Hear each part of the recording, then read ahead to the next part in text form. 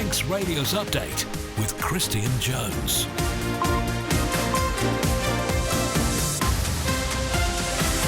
Hello, Fastamai, good evening and welcome to Update on Manx Radio. Over the next 30 minutes, we'll bring you all the latest news, sport and travel that you need to know happening here on the Isle of Man. Coming up, the Health Minister says backbench MHKs may have blocked a debate on Manx Care's mandate and operating plan, but that won't stop it coming into force. A long-awaited review into the Isle of Man's school meal system has finally been published, though much of it remains redacted. We'll take a closer look at those findings. And FC Isle of Man is back in action, where they'll be hoping to end a 6-match winless streak. As always, do get in touch if you want to comment on anything you hear. Text 166 177 or email studio@manxradio.com. First of all, though, it's 1 minute past 5. Let's cross over to the news studio where Chanel Suku has the latest headlines. Fastamai. Today's the last chance to have your say on plans to implement 20-mile-per-hour zones across the island. The Department of Infrastructure is accepting feedback until the end of the day. A long-awaited review into the Isle of Man school meal system has been published following repeated delays. The Department of Education, Sport and Culture commissioned the report in 2023, which outlines spending of £2.5 million a year and differences in how meals are delivered across schools. More than 100 pages of the total 159 are redacted, though. And the Cabinet Office Minister says the workload around freedom of information requests is increasing exponentially. It's as a consultation asks whether people should be charged for submitting them or limits be put on the amount of requests individuals can make. I've always been very clear we need to have more access to data. There needs to be more online accessible data for people. Isle of Man website is a start. We need also to be using AI more effectively. In international news, Heathrow bosses says they'll be able to begin some flights later today. Engineers say they've found an interim solution and restored supplies. 200,000 passengers have been unable to travel. Donald Trump has again suggested that there could be an end to the war in Ukraine very soon. Both Ukraine and Russia have agreed in principle to a truce during conversations with America. And Lindt has opened a flagship store in central London. The company has described the shop as a chocolate lover's paradise, complete with an in-store chocolatier. Those are your headlines. News at 6. Thanks, Chanel. Now let's take a look at the weather this evening, brought to you by Manx Gloss and Glazing. Generally cloudy now with a risk of the odd shower at first this evening and moderate to fresh easterly winds. Outbreaks of rain will develop overnight, with tomorrow looking largely cloudy with a risk of further rain, mainly in the afternoon or evening though. The light east wind will swing to the northwest and strengthen later in the day with a best temperature of 12 degrees Celsius. Manx Glass and Glazing can supply and install single, double and triple glazing. Call 674 573 or visit the showroom on the Snugborough Trading Estate. TE Carbon provide new memorial stones, grave renovations, new inscriptions and fire hearths. Visit us at Hope Street, Castletown or at Broadway, Douglas, or call 844 440. TE Carbon, here when you need us. Most builders start with a hammer and saw. Manx Construction start with ideas and imagination. For new build, extension or home office, Manx Construction offer full service from planning to completion. Call Tony on 452 688. We all need peace of mind. That's where Peace of Mind Manx Will Writing Services can help you. From just £149 plus VAT. Call 671 001 or go to peaceofmind.co.im. At Bond Fabrics, we're not just a fabric shop. As well as curtains and upholstery and dress and costume fabrics, we've knitting and crocheting wools, made-to-measure curtain and blind service, plus poles and tracks. Visit Strand Street, Douglas, call 611856 or see bondfabrics.im. You're listening to the Isle of Man's quintessential daily news and current affairs roundup. Update on Manx Radio. Now, backbench MHKs may have blocked the debate on Manx Care's mandate and operating plan for the year ahead, but it won't stop them coming into effect next month. That's from the Health and Social Care Minister Claire Christian, who says it's a shame she didn't get to hear from her colleagues in Tynwald before the documents are in force. She had intended to invite Tynwald members to take part in a general debate on the topic earlier this week, but failed to gain enough support. She gave her reaction to Phil Gaughan. The department have been working at extreme pace, and I'm not going to blame them for something, half an hour missing the deadline. The mandate and the operating plan were laid in time, so they were laid before, so we met our statutory obligation. It was the actual motion for the debate, so they're two different things. So I understand that honourable members, they obviously have seen Mr Hooper's motion for next month, but to make it very, very clear that the law states that the mandate only and the operation have to be laid. It will become effective on the 1st of April, regardless of any future debate. But we are listening. That was the point of today. That was absolutely my intention, was to hear the voices of the people that had reached out to their MHK. So that debate, I feel it's a shame that didn't happen today, because I have not heard that, and now I have to wait another month for that information. Will you be moving your general debate as well as having the debate that Laurie Hooper has down, which will cover similar topics, but effectively it'll be in the hands of Mr Hooper to sum up and describe how the debate went? No, because we would have to have it laid before 4 weeks of business, and obviously we would just be in the same situation again. But the motion can be amended. That would be something that we would be looking at, perhaps. And you can hear more from Minister Christian and others as Phil Gaughan looks back at this month's Tynwald on Perspective at midday on Sunday. 6 minutes past 5 now, and today's the last chance to have your say on plans to roll out 20-mile-per-hour zones in all residential areas across the Isle of Man. It won't be enforced, though, something that some have expressed worries about. But if you do want to give your thoughts directly to the Department of Infrastructure, you've got a little under 7 hours to do so. Here's the Infrastructure Minister, Michelle Hayward, explaining why it's on the cards. The Department has already received a large number of emails and will take time to consider all the evidence. Particular focus will be given to tailoring zones, after which there is an opportunity for further amendments to be made to the proposed traffic order if necessary. At this point, once all of those have been considered and any modifications have been made, then the traffic regulation order will be signed. It is true that we have not communicated this move well. The move to 20-mile-an-hour zones across towns and villages was subject of 2 Tynwald resolutions, and that is what we're seeking to deliver. The reason that it was done this way was because it was easier for the department not to sit and make lots of individual traffic orders, but to refer to a map and to use a set of criteria in order to define. Those set of criteria are well accepted in terms of implementing 20-mile-an-hour speed limits. There is good evidence that, although I hear this criticism quite a bit, that it will result in increased travel time, there is good evidence from other areas, particularly in urban and metropolitan areas, that travel times may be increased between 3 and 5%, which I hazard to guess would put maybe a minute or two onto most people's journeys.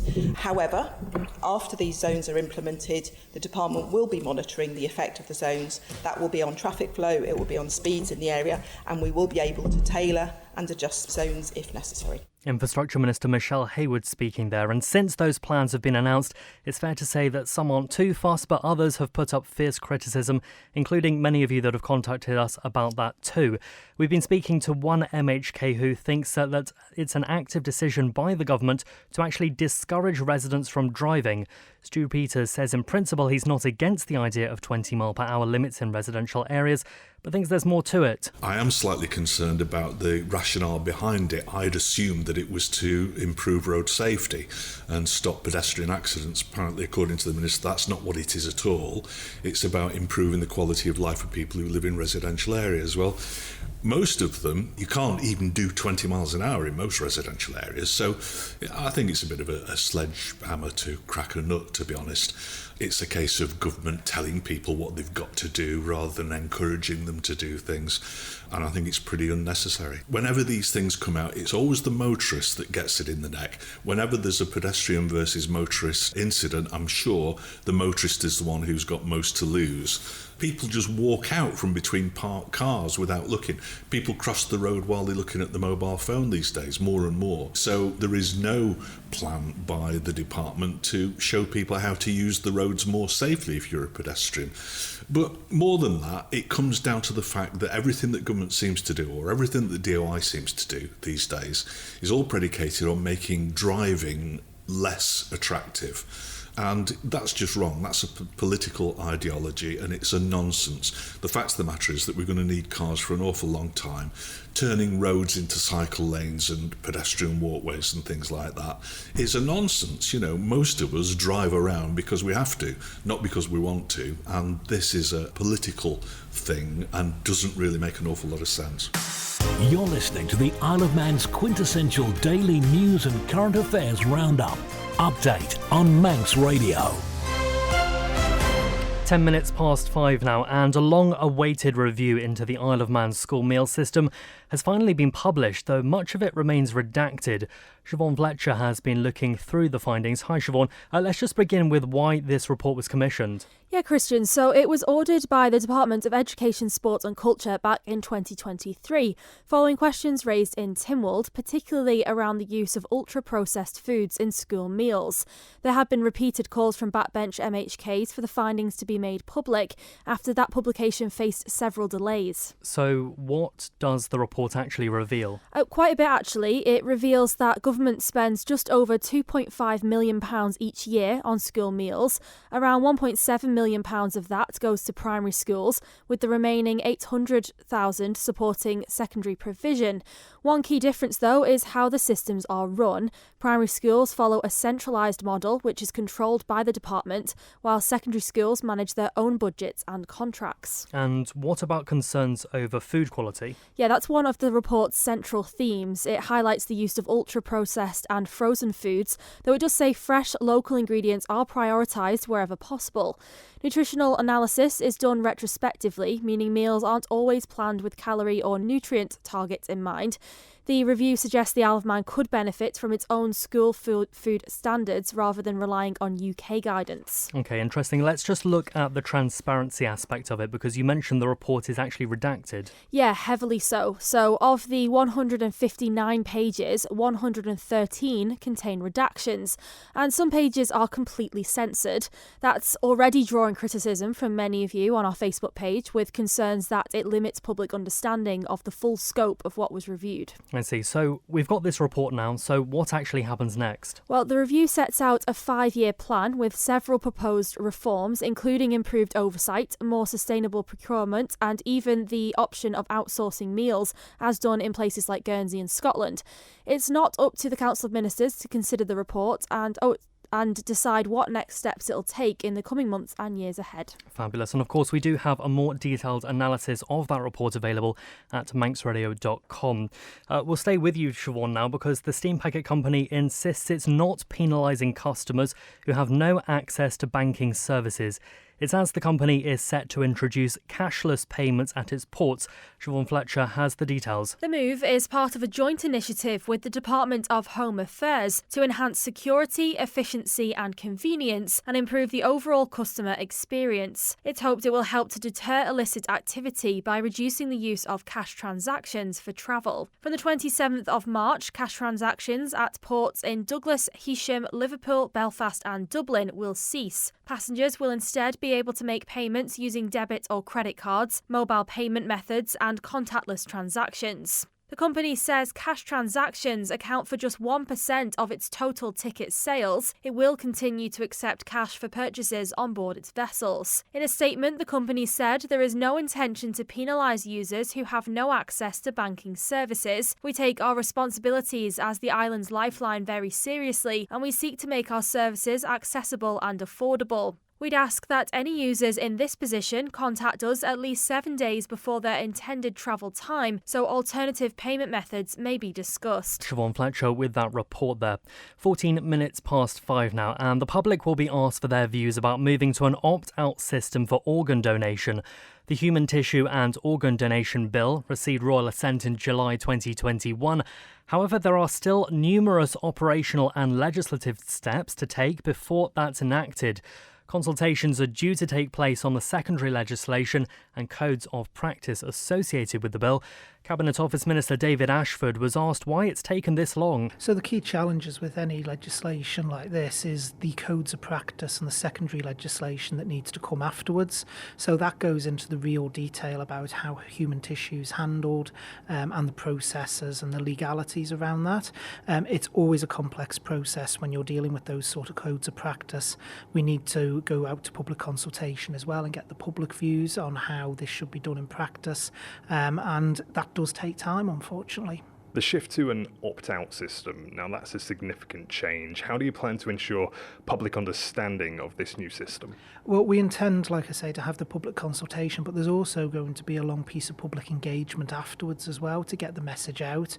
I think it's been very well publicised as well with campaigners for this law, and most people certainly I speak to are already aware that it is coming down the line, but we'll be doing a full suite of public engagement and publication for publicising this to make sure that people are aware. What kind of a reaction have you had so far? So the reaction I've had, speaking as a constituency MHK, from people who've approached me is it's been exceptionally positive. People feel it's a great social step forward. And as I say, the campaigners who've been campaigning for a long time for this to come in, they've been really, really passionate about it and got their point across. The very fact that they're here on the Isle of Man, we have 53% of people already signed up on the NHS donation log with the opt-in system, which is higher than the UK, I think goes to show that it is something the island thinks about. What role will healthcare professionals play in the implementation of this act? So obviously it will be crucial to actually have public engagement from public health and also Manx Care DHSC. They will play an absolutely vital part in the operation, and that's why it's important with the codes of practice and also the secondary legislation that we take our time and we make sure that they're right. Cabinet Office Minister David Ashford speaking to Lewis Foster there. Manx Radio Travel, driven by Quayside Tyres and Service Centre. Right, a few things to be aware of on the roads. Crosby, the A3 TT course is closed between Beleg Bridge and Cronkyvody for drainage work. Over in Douglas, temporary lights on Summer Hill, that's near the bottom of the hill, 24 hours a day for gas work. Also in Douglas, temporary lights on Douglas Prom between the bottom of Summer Hill and Porkjack, that again for 24 hours a day for street light replacement. Nothing else on the roads that we're aware of though, but if there is something that you spot and think that we need to know about it, then do pop us a text or email as long as it's safe to do so. Text 166 177, email studio@manxradio.com. Let's take a look at the steam packet. Nothing out of the ordinary there. Over at the airport, of course, you'll likely be aware that Heathrow was forced to close after a fire which caused a power outage.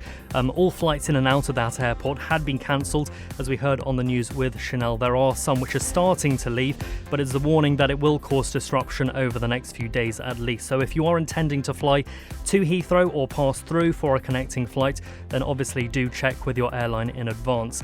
Aside from that though, nothing else affected on Ronaldsway's departure or arrivals board. Ask how you can spread the cost interest-free at Quayside. You're listening to the Isle of Man's quintessential daily news and current affairs roundup. Update on Manx Radio. 18 minutes past 5 now, and it's almost been 4 months since Tim Crookall took up the position of Minister without Portfolio, and his job is to deliver £50 million worth of efficiency savings across the government over the next 5 years. He'll take charge with rolling out a digital transformation programme, which includes the likes of automation and artificial intelligence. Mr. Crookall says it's time we use the technology for our benefit. We're hoping to be able to provide a better service, but also at the end of it, using less people to provide that service, if you like. And that's what all the IT and the AI is about. Yeah, I'm not the greatest understander of the AI at the moment, but from what I'm learning and stuff, going forward, it absolutely will save us. And we have about a 10% churn in people leaving government every year through retirements, resignations or whatever. And not only do we look at having to replace those and how we replace them, but also now going forward it will be the case if we need to, which will be a huge saving going forward. Given the current outlook of how departments are managing their financials, is this something that's achievable? I hate setting targets that I don't think are achievable. I think this one, from what's been explained to me and going forward, has to be achievable. We can't keep delivering things the way we have done in the past. We're not the greatest communicators, we're not the greatest service providers. We could be better. There are some things we do that we shouldn't be doing, but there are also some things that we aren't doing that maybe we should be doing to make it better for our customers. I would like to think, certainly within the first year we'll see some changes that will give a better service to the customer and the constituents of the Isle of Man. That was Tim Crookall speaking to Chanel Suku there about his role as the Minister without portfolio. What are your thoughts? Text 166 177. Now, Peel commissioners will be carrying out controlled mowing in support of the No Mow May scheme by the Manx Wildlife Trust. The local authority will be leaving areas of grass around the town to self-seeded wildflowers and encourage lizards, birds and insects to make habitats. Commissioner Madeleine Kelly says the scheme will be carried out on Oak Road, Peveril Road and Daisy Fields by the Headlands. We wrongly call it No Mow May, but really it's just a controlled mowing scheme to manage wildflowers in the green environment of Peel, I guess. The Wildlife Trust are wanting to do this over the whole island with different local authorities. So the Wildlife Trust came in and we walked around the whole of Peel with them, looking at all the grass, looking for evidence of wildflowers, and found quite a lot in interesting places, especially in the older bits of grass. So Oak Road and a bit on Peveril Road and the central parks. So finding good wildflower-rich areas of grass. Some areas you'll see in Bradon and Douglas, they strip the existing grass out and then resow it with wildflower seeds. They aren't native to the Isle of Man, they're just pretty flowers. And it's fine, but by doing that, they've removed any wildflowers that were in that land to begin with. So we have some very nice areas, hopefully, that we'll be controlling. If you don't cut the grass down to the ground over and over again, but allow those wildflowers to grow and set seed, they weaken the grass. You'll get more flowers next year. Do it again, weaken the grass, more flowers next year. By year 5, you may get orchids in there. It's very exciting. Hopefully, we'll see orchids in Peel one day. 21 minutes past 5 now, and the annual Teddy's Trundle is taking place this weekend. It's in its 4th year, and we'll see a group walk the 21 kilometres from Peel to the terminus in Douglas to raise awareness of Down syndrome. It's organised by Charlie and Ollie Dimlow, who are parents to 3-year-old Teddy, who has the genetic condition, which means he has an extra chromosome. Charlie's been telling Amy Griffiths that her and Ollie found out about Teddy's diagnosis when he was around 8 weeks old. We had a fairly negative experience around the conversations around the diagnosis, and it took us some time to really navigate through the journey of what Down syndrome was, and more importantly, what it wasn't. It was really important to us that we did something to help other people not go through a similar journey to us, which led us to the idea of raising funds for a charity that's based in the UK, Positive About Down Syndrome, or PADS, and encourage them to come over and do some on-island training with the professionals over here and school settings and educational settings to really raise more of a positive narrative around Down syndrome. And this year, I think, will be the year we finally get them over to really start doing that with the amount of money we've raised over the last 4 years. How does it feel knowing that the community really is pulling together to support you in this and does so year on year? It's absolutely amazing, to be honest. And I think that every year that we have more people involved and the excitement around it grows and the support around it grows, it just shows to me how much, especially on our island, how much community and how much love and support there is for anything like this. Every year it surprises me that more and more people want to come and, do this walk, and that more and more people want to get involved with it. But this year seems to have just flown by, and the reaction to it in general has just been incredible. I think we're going to have more people than we've ever had, possibly even double what we've ever had before, to take part in this, and people joining us along the way and cheering us on along the way.